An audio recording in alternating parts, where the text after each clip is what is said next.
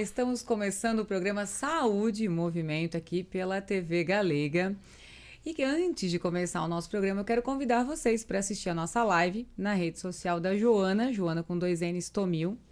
E nessa live você pode fazer perguntas, que no intervalo, né, para o segundo bloco, as pessoas que estão aqui hoje, que vocês vão ficar assim, ó, vão responder, porque o assunto é muito importante, muito interessante e muitas pessoas têm dúvidas. Então, eu acredito que nós vamos ter muitas perguntas. Então, rede social da Joana, com 2 N's Tomil, vai lá, façam as suas perguntas que nós estamos aqui para responder. Mas antes, né, de apresentar as pessoas que estão aqui, os profissionais que estão aqui para nos ajudar nessa noite, eu quero conversar com vocês que agosto Lilás, esse é o tema da noite. E quem veio nos prestigiar, trazer um conteúdo rico, né? E sempre com embasamento, isso é muito bom. Não é qualquer coisa que apareceu na internet. A televisão está aqui justamente para conscientizar, mas trazer informação de qualidade, né? Então nós temos hoje aqui o Ricardo Bortoli.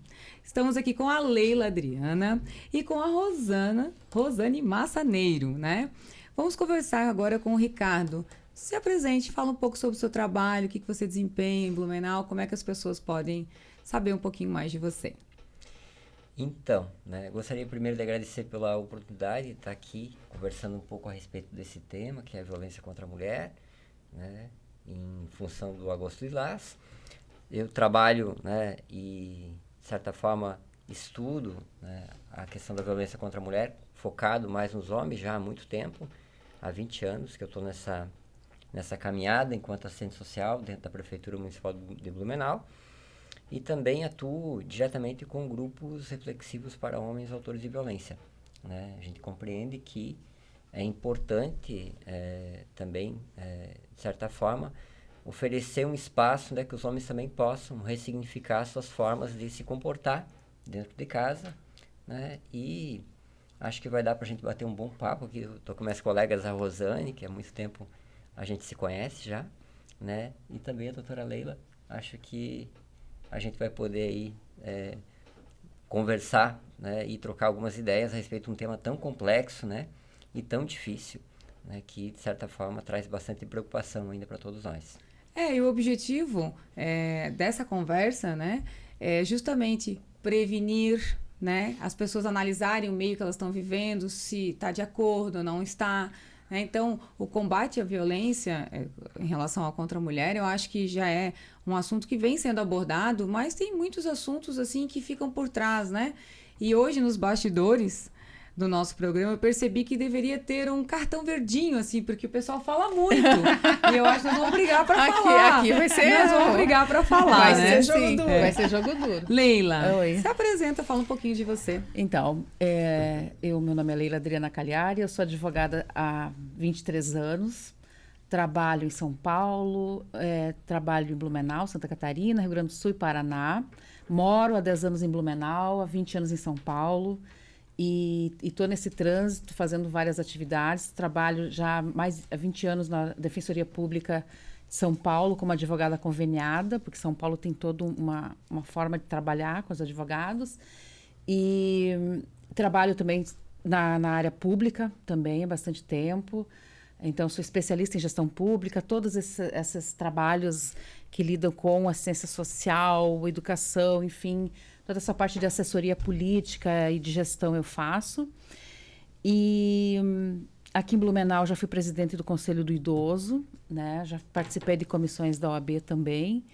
Mas em função das viagens, a trabalho, um monte de coisa, eu precisei parar. Mas a gente fez um trabalho muito bonito no Conselho do Idoso aqui da cidade. Vamos ter muitas referências, né? Para discutirmos. Rosane Massaneiro, advogada, Blumenau, corre para lá, corre para cá. Conta um pouquinho da sua vida para nós, do seu trabalho. Bem, Joana, boa noite. Muito obrigada por esse convite. Adorei estar aqui com esses duas pessoas maravilhosas aí que tem bastante conteúdo para nós, né? E eu achei que eu era a única maluca, mas agora eu achei mais uma, gente. Ela mora em São Paulo e Blumenau. Eles acham ruim que eu moro em Florianópolis e Blumenau.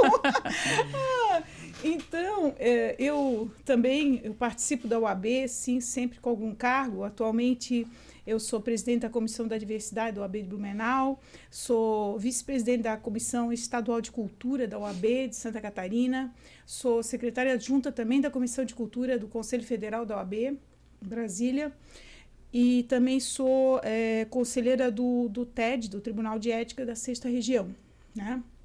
E, além disso, eu sou advogada há 31 anos, que mais me interessa dizer, né? E que trabalha aí na área de família há 31 anos, né? Então, a gente tem lidado muito com as famílias durante esse tempo e também trabalhei já junto com o Ricardo, porque já fui advogada contratada pela antiga Secretaria da Criança e do Adolescente de Blumenau, que nós tínhamos uma Secretaria da Criança, e fazia esse trabalho junto aos adolescentes infratores e também aos conselhos tutelares, e fazia uma ponte entre delegacia, conselho tutelar, promotoria de justiça, juiz. Então, a gente atuava, né, nessas áreas todas como uma advogada contratada pela prefeitura naqueles anos, quando logo após eles começarem com o Estatuto da Criança e do Adolescente, né? Então, é isso. É isso. Então vamos começar as nossas discussões e os seus posicionamentos. Ricardo, vou te perguntar, o que é o Agosto Lilás? Então, né, o Agosto Lilás surgiu em função da Lei Maria da Penha, né, que esse ano faz 17 anos, né, de aprovação, e que eu considero, né, que é um marco importante, né, no enfrentamento à violência contra a mulher, entre os outros marcos, né, desde do direito ao voto em 32, a Declaração Universal dos Direitos Humanos em 48, os movimentos feministas da década de 70, depois a primeira delegacia em 74, 84, 85, a Constituição Brasileira, enfim, os acordos internacionais, e depois a Lei Maria da Penha, agora em 2015, a lei do feminicídio, né? Eu digo que, apesar de haver todos esses avanços, né, no campo legal, a gente ainda continua, né, com bastante dificuldade para poder enfrentar esse fenômeno da violência contra a mulher. Vamos parar para pensar.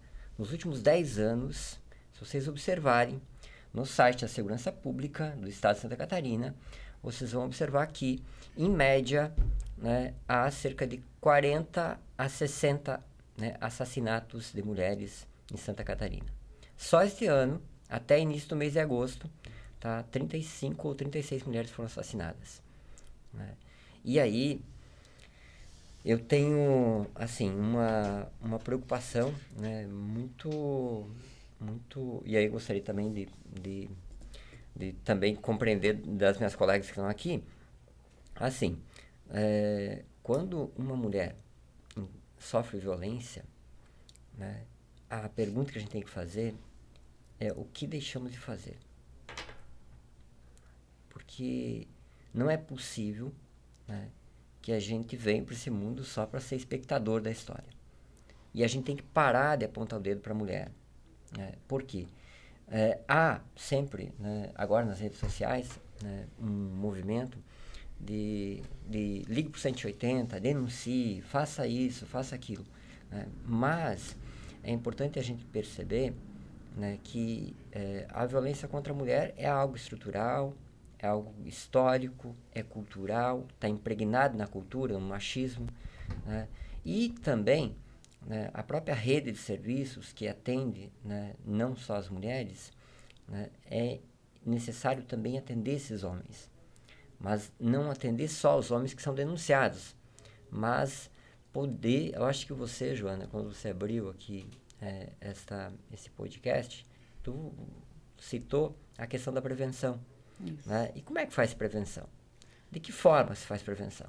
E por que eu trouxe isso? Justamente por vem leis, vem punições, regras, delegacias, o que fazer, mas, e você comentou que os números continuam altos. Aumentando. Mesmo, cada vez mais. As pessoas que praticam isso, às vezes elas não têm controle, não têm noção daquilo que vai acontecer, acham que não vão acontecer com elas, mas o que a gente faz para não chegar nessa situação? O que pode ser feito com os adolescentes? O que os adolescentes, crianças, adolescentes, o que eles fazem que as mães já precisam olhar com outros olhos? Isso não é comum.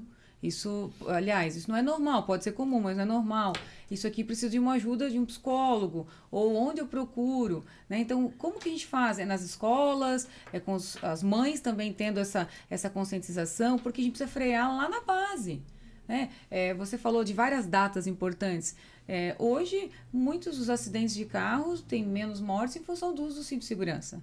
Né? Veio primeiro a punição com multas, mas depois foi vindo toda né, as escolas. Hoje, se o pai entra no carro e não põe o cinto, o filho já diz, pai, eu sinto. Então, teve esse trabalho. Então, gostaria que vocês trouxessem um pouco de informação, assim, como que a gente poderia lidar, o que as pessoas precisam observar, isso não está normal, precisa de ajuda. Posso dar pitaco já? Já. Aí tu me ajuda, tá, Ricardo? Se eu falar alguma besteira, tu me corrige, tá? Eu penso assim, ó, eu acho que tudo é uma questão, é fruto de uma educação, né? Isso. Por mais leis que a gente faça, o comportamento humano você não consegue segurar por lei. A gente tem a lei, desde das 12 leis da tábua lá, né? Já dizia, não matarás. O homem continua matando. Então, a lei ela tem, mas o que não muda é o comportamento. E o comportamento humano se dá por causa da educação. Então, assim, eu tenho uma forma de ver que às vezes as pessoas até podem me julgar errado. Mas eu parto daquele princípio assim, se eu resolvi ter um filho, eu preciso educar ele da melhor forma possível. Eu preciso entregar para a sociedade um cidadão de bem. Eu penso assim. Mesmo que na minha infância eu possa ter tido um pai abusivo. Porque essa questão da violência no lar, intrafamiliar, a gente tem desde que o mundo é mundo. Porque nós viemos num sistema de cavernas em que o homem saía para caçar, a mulher ficava cuidando dos filhos e o homem era escolhido pelo mais forte do grupo. Era o que batia melhor, o que caçava melhor. Então, a gente vem já com essa coisa. E esse dominante do grupo, seja indígena, seja africano, seja o que for, ele já tinha essa coisa de ser o mais forte, o mais respeitado pela força brutal que ele tinha. E a gente vem com esse histórico. Então, assim, o homem tem... E depois, com a questão da própria história... o homem foi tomando o espaço dele enquanto patriarca, né? E a mulher ficou naquela situação. A mulher cuida do lar, cuida da casa, cuida dos filhos. Então, ela ela ficava tipo em segundo plano, como um acessório do homem na história. E o homem sempre dominante. Então, ele podia tudo, a mulher tinha que ficar restrita à regra do homem. Então, a gente teria N coisas para falar em relação ao histórico da evolução, que nem a gente não vai entrar, porque senão dá 3 horas. Mas vamos falar assim... A partir do momento em que a mulher ela aceitou essa condição histórica, ela se colocou num papel de que ela estava ali como eu vou dizer, um acessório, digamos assim. E que aquele homem podia fazer o que queria com ela. Porque o homem comprava a mulher num casamento. Ele levava ela para ficar à disposição dele para fazer o que ele queria. E nesse fazer o que ele queria, tinha a questão da violência também. Né? Então, assim, a gente hoje analisa casos e expõe casos, mas a questão da violência é histórica.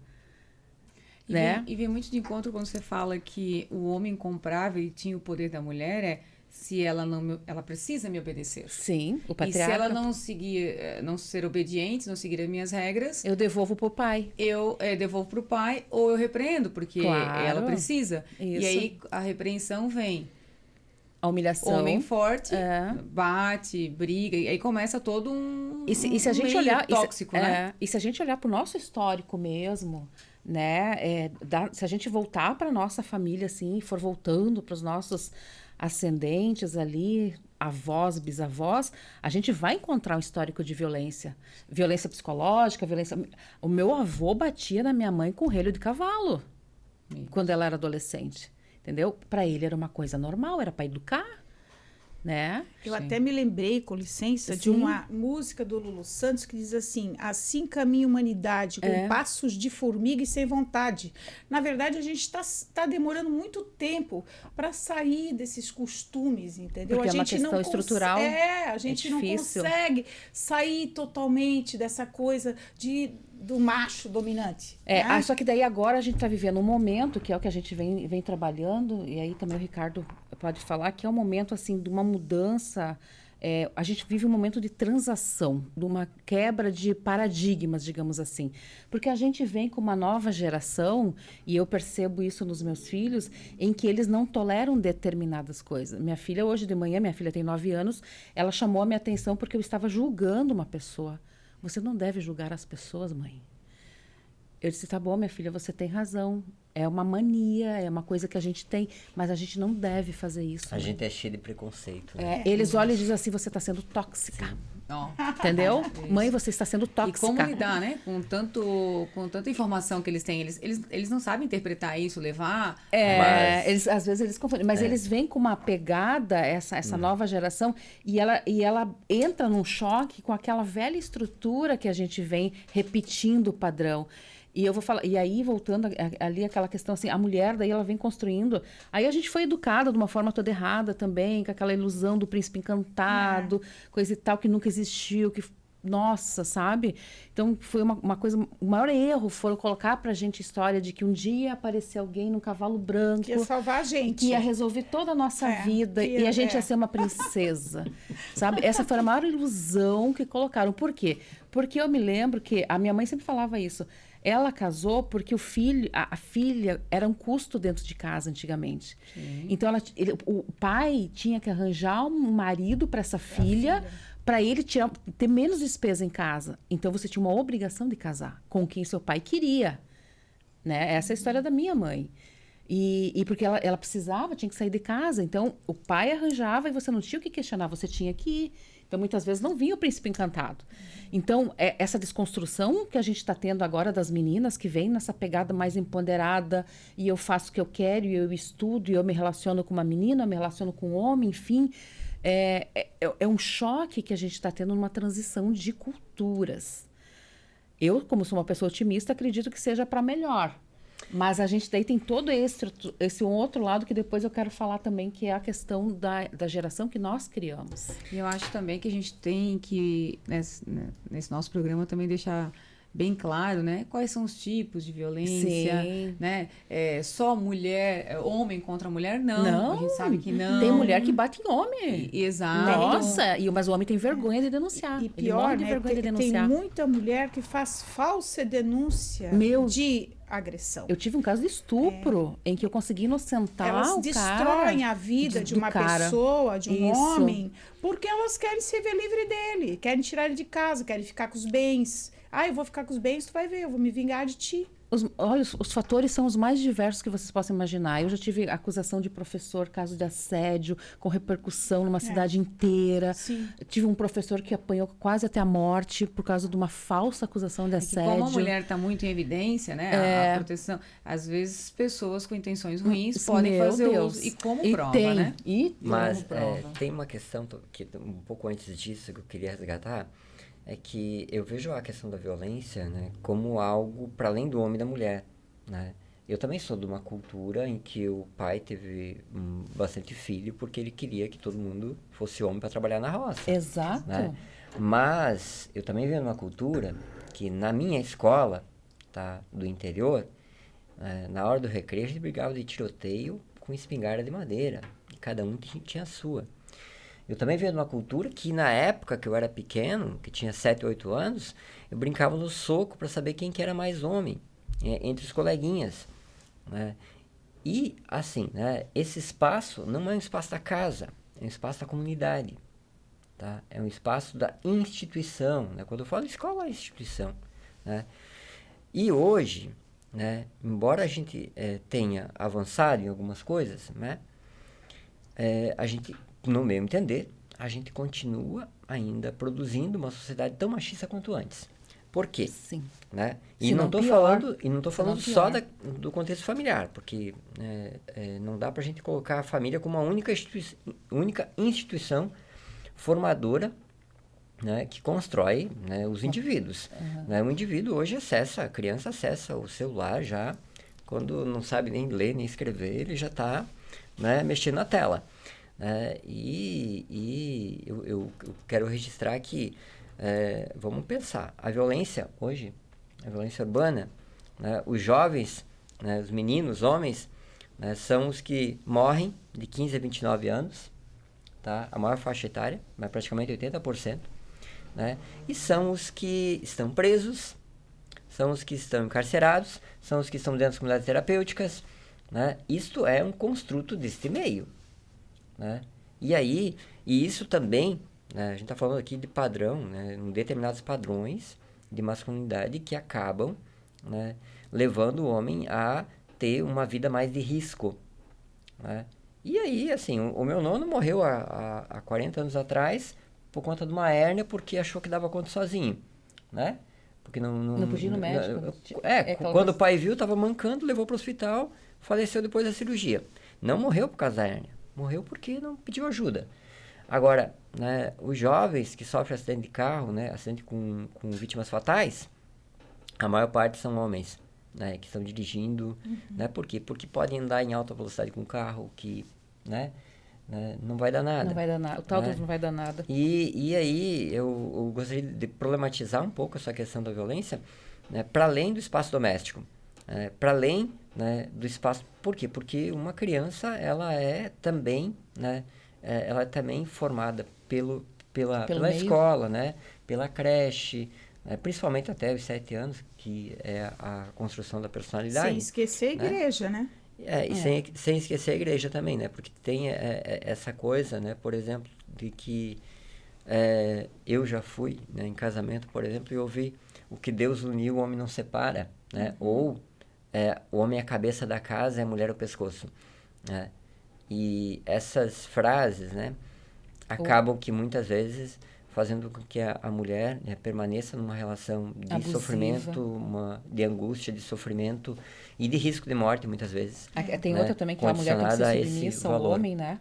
Tem Sim. outra também, essa que me chama mais atenção, que a mulher tem que ser submissa ao homem. Isso a igreja ensinou muito, né? Mas claro, porque A é a vida construção. inteira, né? Então a gente aprendeu lá desde sempre que a mulher tem que ser submissa ao marido, né? E ninguém ensinou pra gente que é diferente. Então, como você falou, essa nova geração já está entendendo isso, né? Porque as mulheres hoje, elas sabem que elas precisam também ter uma faculdade, ou ter um estudo, ter uma profissão, para que elas possam ter a própria renda dela, e porque o dinheiro faz com que a pessoa seja mais independente, né?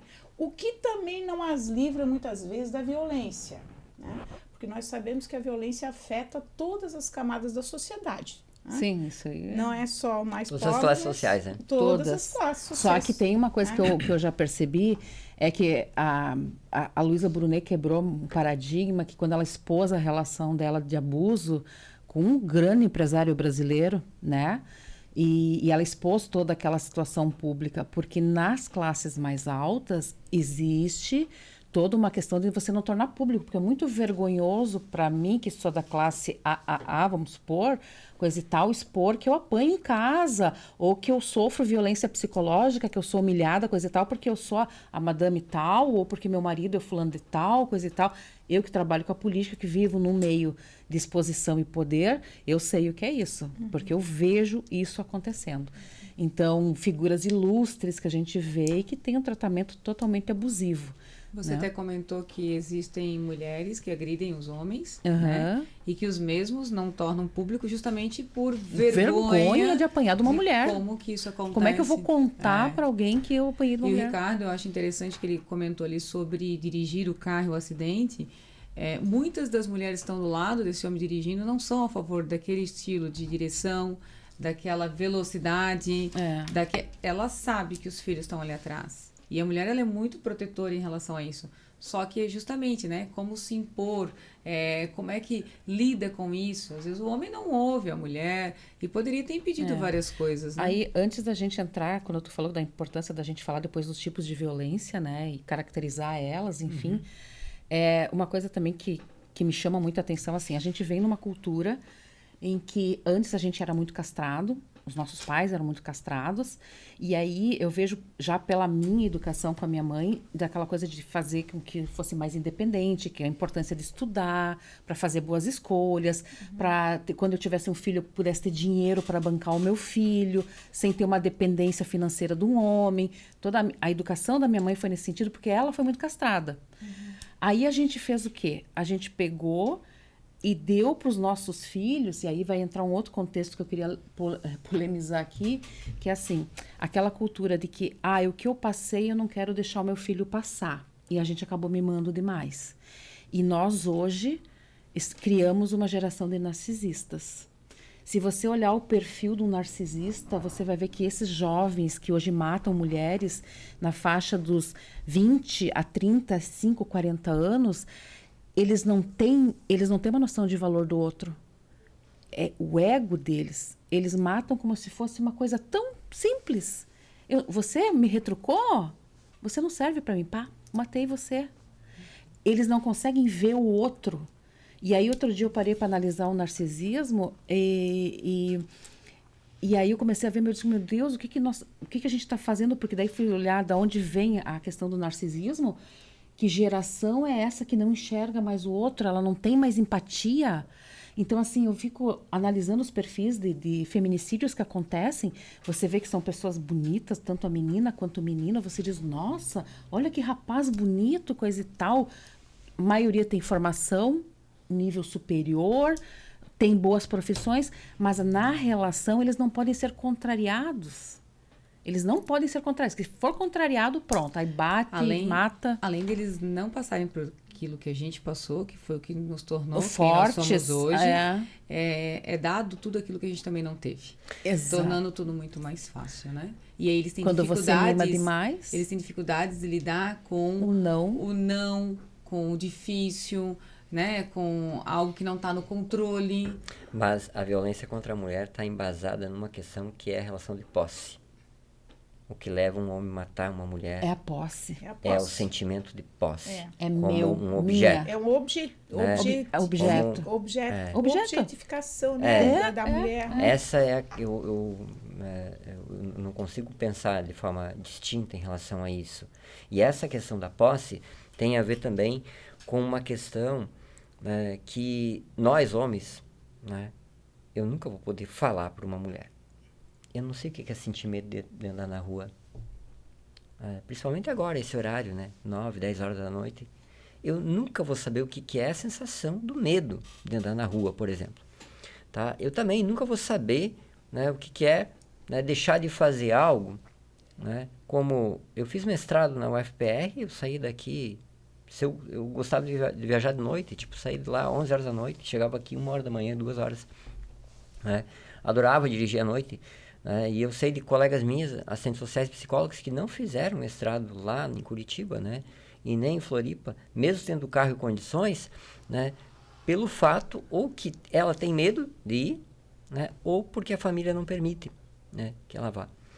E aí, eu digo para vocês assim, que isso é um elemento ainda que contribui muito, né, para que as mulheres estejam num campo desigual. A sociedade ainda produz relações desiguais. Olha só, Blumenau é uma cidade de médio porte, né? Praticamente 400 mil habitantes a gente tem. Né? Quantas vereadoras mulheres tem? 2. Aonde é que está, né, dentro da cidade, né, por exemplo, as relações de poder, né, as grandes empresas, quem são os grandes executivos, né? Então, assim, vamos pensar, né, isso é nível, né, estadual, nível federal. Sim. Né? As relações de poder ainda continuam sendo ocupadas por homens. Aí eles né? inventaram as cotas, né?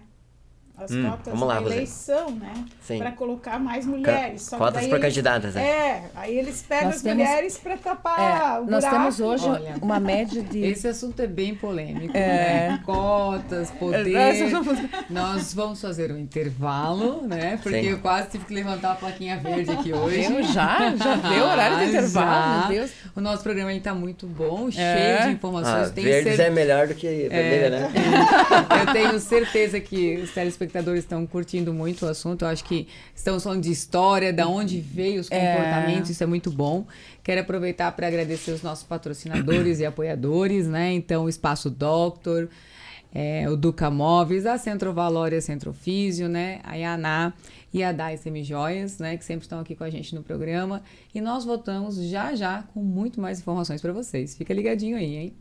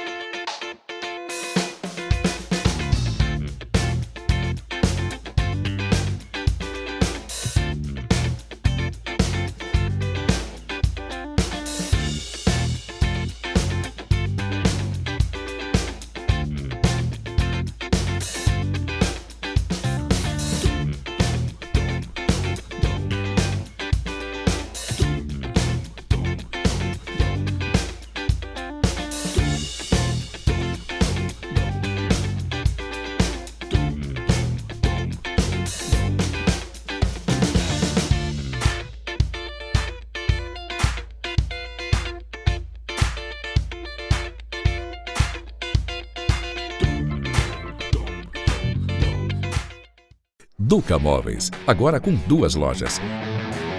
Venha conhecer nossa nova loja. Esta somente com produtos de showroom e saldos de estoque. Com 2 entradas de fácil acesso, pela frente para quem vem do centro ou por trás da loja, pelo retorno por baixo da ponte de ferro. Duca Móveis Outlet, da casa ao escritório. Rua das Missões, 326, próximo à Unimed.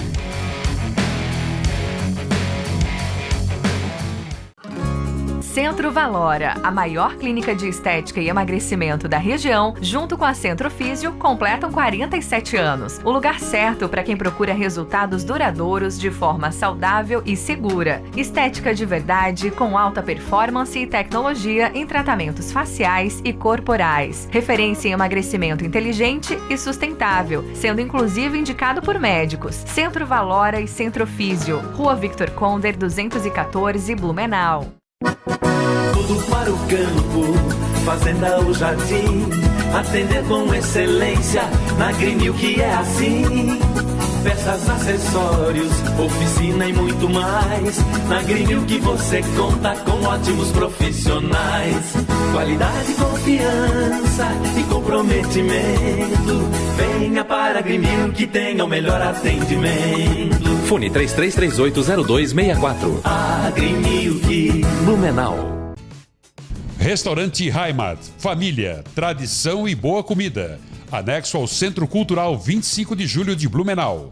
Servimos de domingo a sexta-feira um cardápio diferenciado, além da nossa gastronomia alemã, sabores internacionais e com aquela sobremesa especial.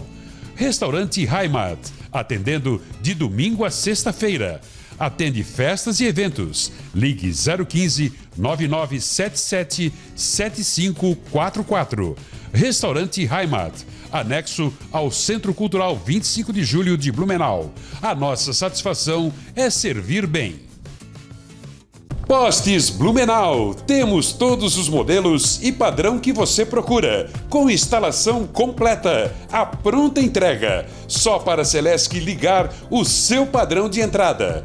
Postes Blumenau. Atendemos Blumenau e toda a região. Postes Blumenau. Confiança que você precisa. Ligue e peça seu orçamento.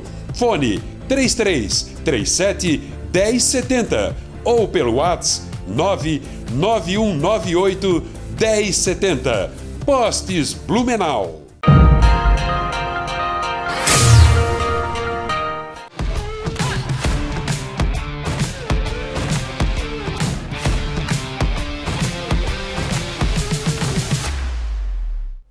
Estamos de volta com o programa Saúde em Movimento, falando sobre o Agosto Lilás, que é o combate à violência doméstica em relação à mulher, né? Falamos já várias abordagens diferentes aqui no nosso primeiro bloco. Estamos aqui com o Ricardo, com a Leila e com a Rosane, né? E eu quero trazer uma pergunta de quais tipos de violência tem? A violência é só quando bate, quando tem corporal, ou existe outras violências? Como é que as pessoas podem observar? Em geral, as pessoas, quando falam em violência, acham que é a violência só física, né? Mas, além da violência física, nós temos a violência patrimonial, nós temos a violência emocional, nós temos a violência, me lembra todas? Sexual. Psicológica. Exatamente. Comenta um pouco sobre o teu meio que tu vive ali, o que tu você encontra mais. A gente recebe as mulheres sempre com medo, né? Elas têm medo de fazer algo contra aquele agressor, né? E às vezes elas nem entendem que aquele comportamento do marido ou do companheiro é violência, né? Demora para cair a ficha, né? Porque ela está ali naquele meio ambiente e ela não percebe que às vezes ela ser chamada de burra todo dia é uma violência, né? Então a coisa vai piorando, começa com uma palavrinha aqui, outra ali, daqui a pouco, né, desbanca para alguma coisa de uma agressão física, né?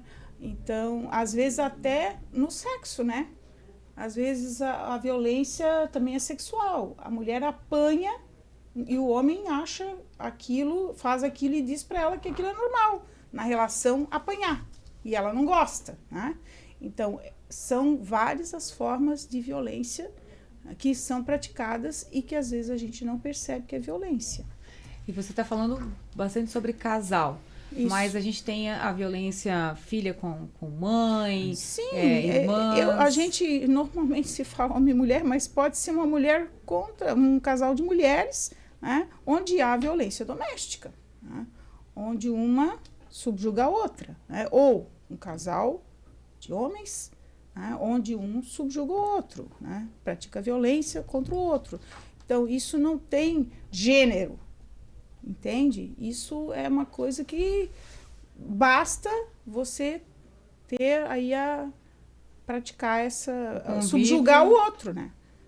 Mas o Ricardo pode falar alguma coisa, ele tá louco para falar, gente. Ele já até anotou, né? Já até anotou ali. Não, acho que, né, talvez o que é importante pensar, né, é que muitas mulheres, né, que passam por situação de violência, ou muitas pessoas, acabam naturalizando aquela relação de sofrimento, né, como se fosse algo da própria relação em si.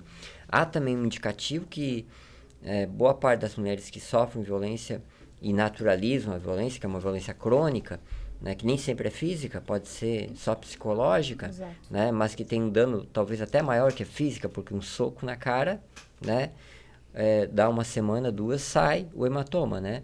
Mas às vezes um ferimento psicológico pode levar anos e a pessoa não vai conseguir curar aquela ferida, né? E aí o que é importante destacar é que muitas das mulheres também têm um histórico de violência na infância, né? E que quando as pessoas têm um histórico de violência na infância, é mais difícil de romper na vida adulta, porque esse processo de naturalização, como sendo uma coisa natural, boa lembrança, né? É uma coisa, como é que você vai romper que é algo que é natural, né? E aí, assim, é importante a gente também perceber, né, que nem sempre as mulheres vão conseguir romper na primeira vez que elas vão pedir ajuda. Às vezes elas vão voltar para aquela... pedem ajuda, né? Às vezes alguém vê como aconteceu, Sim. de uma pessoa ver que tem uma violência ali e intervir, né? E às vezes elas vão voltar para aquela relação, né? 1, 2, 3, 4, 5 vezes, né? E a gente tem que compreender, né, que cada um tem seu tempo. Verdade. E o tempo do outro não é o meu tempo. Né? Então, é importante também a gente... também, né, lógico que muitas pessoas que sofrem violência, às vezes ficam, né, anos naquela relação ali, não se sentem seguras para ir até a delegacia ou para buscar uma ajuda de um profissional da segurança pública, mas sempre é indicado que procure algum profissional, então, da unidade de saúde ou de um CRAS, né, ou até mesmo da OAB, ou do Núcleo de Práticas Jurídicas, né, da FUG, Procuradoria da Mulher também, né? Acho que é importante que a pessoa busque, né, alguém de confiança, um profissional, ou até mesmo um amigo, né, para poder se abrir, né? É importante também saber o seguinte, que quem não tem dinheiro para procurar um advogado, pode procurar a Defensoria Pública, né? Ou os núcleos de prática jurídica das faculdades, onde pode procurar ajuda de graça, não precisa pagar, né? Porque às vezes a pessoa não faz o movimento, porque em algum momento vai ter que se defender. Isso. às vezes, muitas vezes financeiramente, ela depende da pessoa que está do lado dela, muitos movimentos podem não acontecer justamente por isso, né? Pela dependência financeira do lar, né? Em Blumenau tem 2 CREAS, e tem um CREAS que tem CREAS, um centro especializado de assistência social, que tem um grupo de mulheres, né? E a mulher, para participar do grupo, não precisa passar por delegacia nem nada. E o grupo, né, tem o objetivo de buscar fortalecer esse processo de emancipação, que a mulher tenha coragem, né, de denunciar, né? Se uma mulher tem dúvida se o que ela está passando é normal ou já passou do limite, do ponto, ela pode buscar esse grupo de mulheres, buscar né? Pode procurar conhecimento, pode entender. procurar ajuda em qualquer CRAS, né, que também tem ações, né, voltadas a primeira pra, porta, né, sim, Ricardo? Que é mais perto, né, do bairro, da casa, do bairro, às vezes, da residência que a pessoa, né, mora. Mas eu acredito que a gente ainda tem que se qualificar muito para acolher verdadeiramente as mulheres que estão passando por uma situação de violência, né? Porque para quem está convivendo ali no dia a dia, não é fácil, né? Às vezes sair de casa, né? Ou até mesmo quando vai para casa abrigo, no caso de risco de morte, né? É uma ruptura muito doída também, né? Então, eu sempre procuro pensar que é difícil a gente fazer esse movimento, se colocar no lugar do outro, né? De ter empatia. E também, por agora isso que que tu falou na criticar, casa né, abrigo, Ricardo, só me permite uma interferência, eu acho importante as pessoas saberem que existe uma casa abrigo para acolher mulheres vítimas de violência, né? Porque se a coisa fica preta, que ela não pode ficar dentro de casa, né? Há a possibilidade de ela ser conduzida para essa casa-abrigo para que ela fique salva de qualquer agressão física, né? Porque às vezes ela pode ser ameaçada de morte, né?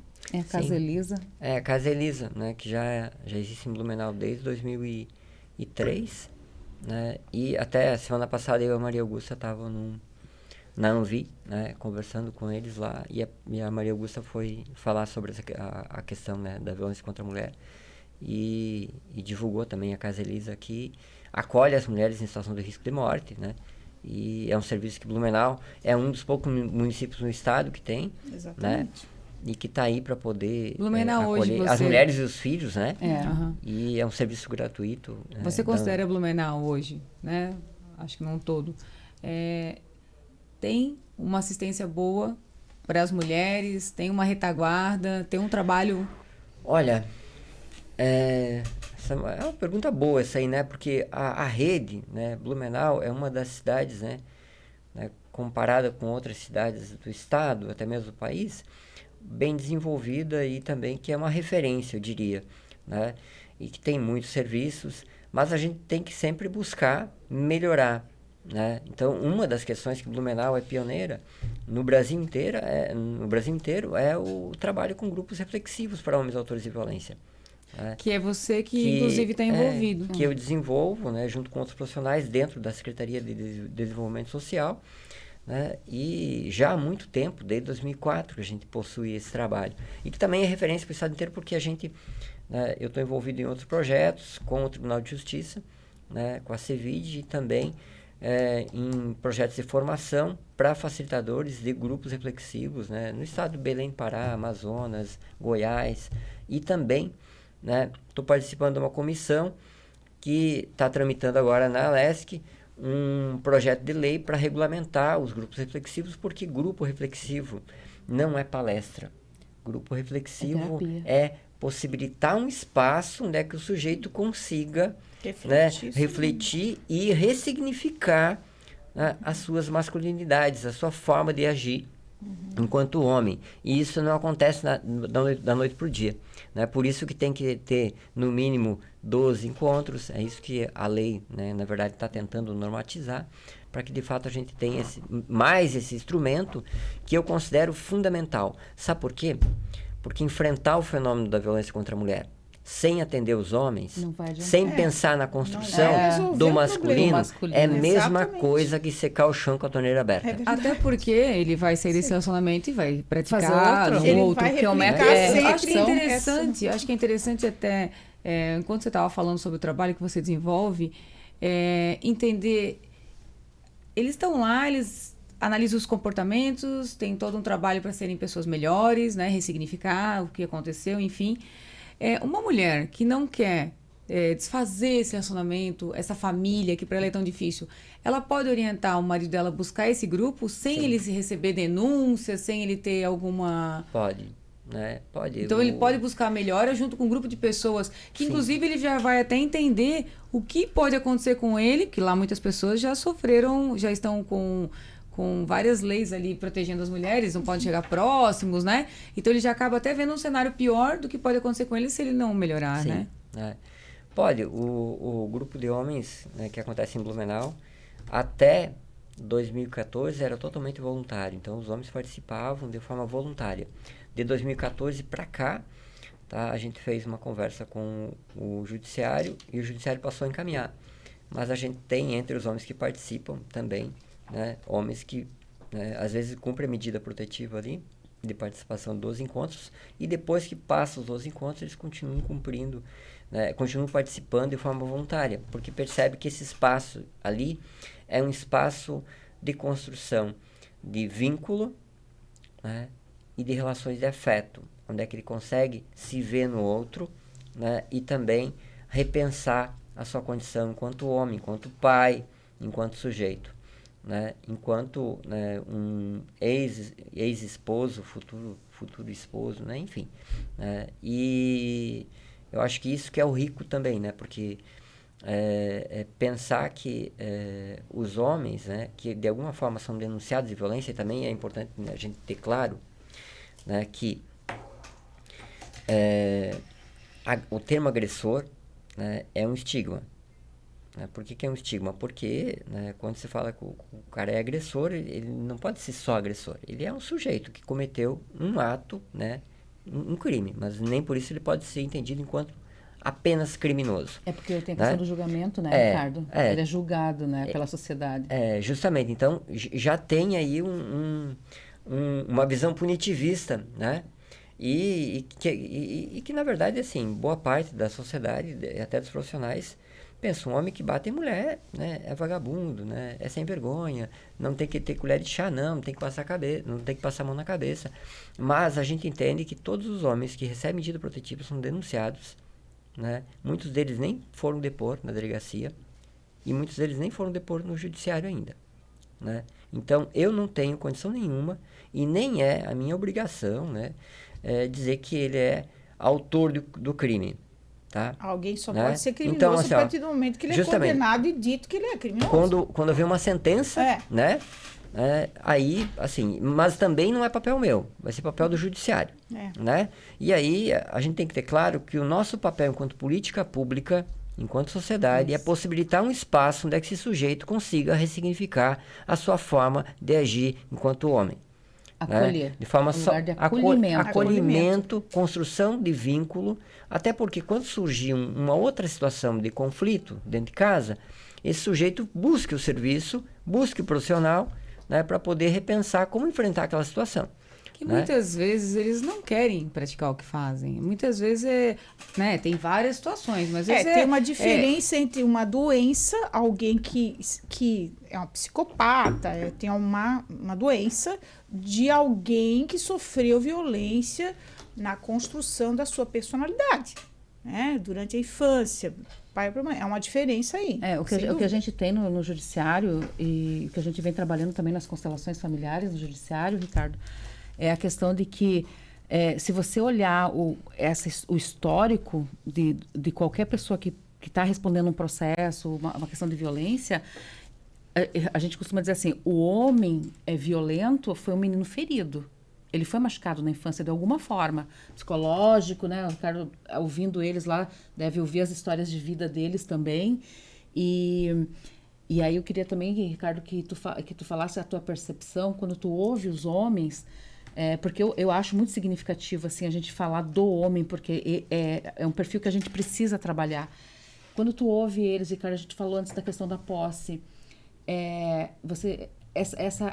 o que você mais percebe em relação ao que eles te trazem?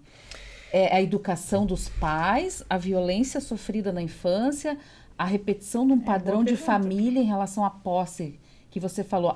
Porque o meu filho de 17 anos, outro dia, falou assim, falando de namoradinha com os amigos, coisa e tal, porque mulher minha não pode fazer tal coisa. Eu digo, o quê? 17 anos de idade, tá falando isso? Falei, você tem vergonha na cara? Que história é essa de mulher Por minha? isso eu conversei com A vocês questão da sobre a posse. preocupação já lá na base, que as mães precisam observar o comportamento dos adolescentes. E os pais também, né? Os pais sim, também. Porque a maior também. referência do menino é o pai, né? Porque senão a gente acaba mais uma vez responsabilizando as Onde é mulheres. que ele escutou né? isso aí? Mas olha, Ricardo, vou pedir para te responder a pergunta dela, que É, eu achei bem vai. interessante, para depois a gente já entrar na finalização do programa. Meu Deus, já tá porque, acabando de olha, novo? Gente, Vou dizer que- Vou fazer 3 episódio programas 1, pra 2, nós, 3. Vou dizer que assim, ó, com toda sinceridade, na minha dissertação de mestrado, eu faço uma análise, né, trazendo o relato, né, porque eu entrevistei os homens e também montei um perfil do grupo de homens ali de Blumenau aqui entre 2004 e 2012. E olha, eu digo, os homens autores de violência são homens comuns, como eu. Tá? A relação de posse que os homens têm sobre a mulher, tá? Essa relação, ela é construída e reconstruída, tanto é que você acabou de citar essa questão, né, familiar, cotidianamente. E isso é uma coisa que a gente tem que reconhecer. Se a gente quer discutir uma sociedade com menos violência, né, contra a mulher, a gente tem que discutir a questão dos privilégios, né, que os homens ainda têm. Vamos pensar, gente. Uma mulher sai com vários homens, ela é o quê? Tem que dar pra falar? Né? Pode falar? Ai, pode. Pode falar? Ela é galinha, né? Puta. Falei. Vamos tá. Falei. Agora, se um homem sai com várias mulheres, É o garanhão, o pegador. Ele é motivo de orgulho então, pros amigos. é preciso a gente compreender, né, que a sociedade Isso continua produz... assim. Sim. Continua justamente, igual. né? E aí, a gente tem que fazer uma ruptura com isso. E entender que, né, não existe um perfil de agressor. Não existe um perfil de agressor. Né? Porque senão seria muito fácil resolver, né, o problema. Né? O problema é que, na verdade, a gente continua construindo, através de uma sociedade simbolicamente machista e estruturalmente machista, a gente continua construindo meninos com potencial, né, para a violência e meninas ainda com potencial para o cuidado. Olha só, licença maternidade, né? 4 a 6 meses para a mulher. 4 meses em empresas privadas, 6 meses em empresas públicas, né? Licença paternidade, 5 a 20 dias para o homem, né? E aí, cara, não é assim no mundo inteiro. Em alguns países europeus, por exemplo, existe a licença familiar, que é 1 ano, e os pais dividem, a família divide como que vai fazer, né? Se a mãe vai ficar 2 meses, o pai vai ficar mais 2 meses, né? É preciso a gente compreender que é necessário a gente mudar, né, diversas questões para que de fato a gente tenha, né, relações iguais entre homens e mulheres, né? E as raízes da violência contra a mulher são raízes profundas, não estão na superfície. É verdade. Né? Por isso que é um fenômeno tão difícil da gente romper. E eu acho que um programa como esse já coloca sementes em várias casas, em vários lares, de mães que de repente estão vendo algumas coisas que não tá legal nos relacionamentos dos filhos, das irmãs. Eu acho que o que mais a gente tem que trazer aqui é todo mundo precisa ficar atento, porque quem tá ali vivendo aquilo no meio, às vezes não percebe que não é normal. Né? E acho que um programa como esse já traz informações, já ajuda. Muitas. É uma pena, como a gente estava comentando, é 1 hora do programa. E o assunto daria para muitos outros, mas eu vou convidar vocês em outros momentos, né, também para a gente estar aqui e trazer outras abordagens que faltaram, que eu acho que são muito importantes. Então, em alguns momentos aí a gente tem outros meses que comemoram outras datas que são bem interessantes de público específico, né? E eu vou convidar vocês para a gente estar aqui novamente, né, agora mais íntimos, se conheciam de tantos anos, né? E eu vou pedir para você, Rosane, deixar um recado final para as pessoas que estão nos assistindo e onde elas encontram você, se quiserem o teu trabalho, enfim. Eu gostaria de deixar um recado tanto para homens quanto para as mulheres, né? Eu acho que ambos têm que construir uma relação saudável, né? E trabalhar os seus traumas, trabalhar os seus problemas para que não despenque para uma violência, né? Então a gente precisa ressignificar a relação, né? E me encontrar é fácil, né? Só em Google, Rosane Massaneiro já Rosane Massaneiro, acha. né? Também pode entrar em contato com a produção do programa, com a Joana Tomil, conheça a Rosane, a gente vai em muitos eventos juntas. Leila, conta um pouquinho ali para nós como é que as pessoas te encontram e um recado final para quem está nos assistindo. Eu parto do princípio que tudo é autoconhecimento. A gente precisa se conhecer para conhecer o outro. Então, eu venho trabalhando muito nas palestras essa questão também do autoconhecimento junto com o direito, de que a gente precisa olhar para isso, seja homem ou seja mulher. Isso que o Ricardo falou, de trabalhar toda essa questão interna, estrutural e tudo mais, né? Que a gente só consegue se relacionar com alguém a partir do momento que a gente se conhece e coloca os limites do que é saudável e não é. Né? E para me encontrar, meu Instagram é @CagliariLeila, meu Facebook é Leila Adriana Cagliari e meu e-mail é leilacagliari@gmail.com. Olha só, da mesma forma o programa está aqui disponível para passar informações de vocês. Ricardo. Então, eu gostaria só de chamar a atenção para uma coisa que a Joana trouxe agora, no final, que embora haja, né, uma questão estrutural, né, e que a gente falou aqui bastante, né, enfim, a gente tem que perguntar o que está no meu alcance, o que eu posso fazer, né, e o que cada um, né, de vocês que estão em casa, enfim, podem fazer para construir relações mais igualitárias, relações saudáveis, como a Rosane colocou. Eu acho que esse é o desafio, né, para todos nós. E também me coloco à disposição, né, o meu Instagram, né, que tem um projeto junto com a professora Cleide, que é Profs Cleide Ricardo, e também, né, o meu e-mail é ricardob@furb.br. Né, fico aí à disposição para poder contribuir com qualquer uma pessoa que tiver discordância ou tiver interesse em conversar sobre o tema, tá? Obrigado. O trabalho do Ricardo vocês podem encontrar através dos CEMUDs, né? Também, é interessante, que são os grupos, achei, talvez muitas pessoas não conhecessem, né? Exato. Esse movimento. Gente, eu quero agradecer demais a presença de todos, né? É um assunto dolorido, polêmico, e a gente conseguiu aqui linkar um programa de uma forma mais leve, mais simples, né? Que todo mundo consiga entender. E volto a afirmar, eu já tive uma amiga que estava numa situação, 30 e poucos anos, e ela não percebeu. E eu, como que eu vou fazer? Não tinha essa intimidade toda, e busquei a família. E mostrei para a família que eles precisavam fazer alguma coisa. Então, de repente, você tá ali com as mãos atadas, é a vizinha, é a prima, é uma idosa, né? Não, a filha muito, com a idosa. Então, gente, assim, ó, é mais difícil você lidar com a perda daquela pessoa e você não ter feito nada.